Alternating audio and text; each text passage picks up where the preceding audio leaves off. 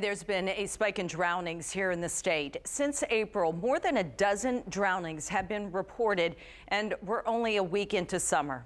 Our Christy Kalishian hears more from parents and a swim teacher about the importance of swimming lessons for kids.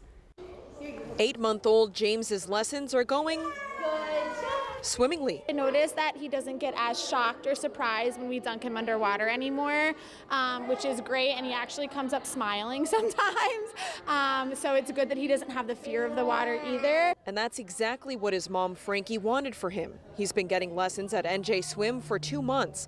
They live by the beach in Point Pleasant, and she wants to get him acclimated with the water as early as possible. We get it down the shore here. But not every kid in New Jersey is familiar with how they float in the water. Earlier this week, a 7-year-old girl in Teaneck died after drowning, and drowning left a 1-year-old in Paramus in critical condition. Joe Omi owns NJ Swim. Its motto is learn to float, which is where it all starts. Becoming buoyant and finding your buoyancy in the water will help them to overcome fear.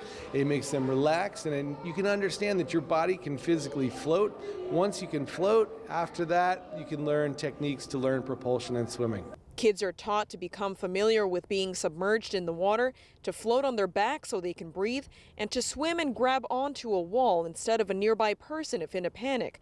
Parents are also told to supervise their kids in the water at all times and to make sure they swim with a buddy. Children at the youngest ages have the mammalian reflex where they innately will hold their breath underwater, and you submerge them, but you lose that if you don't practice it. So we continue to practice that with them as they develop, and they never lose it.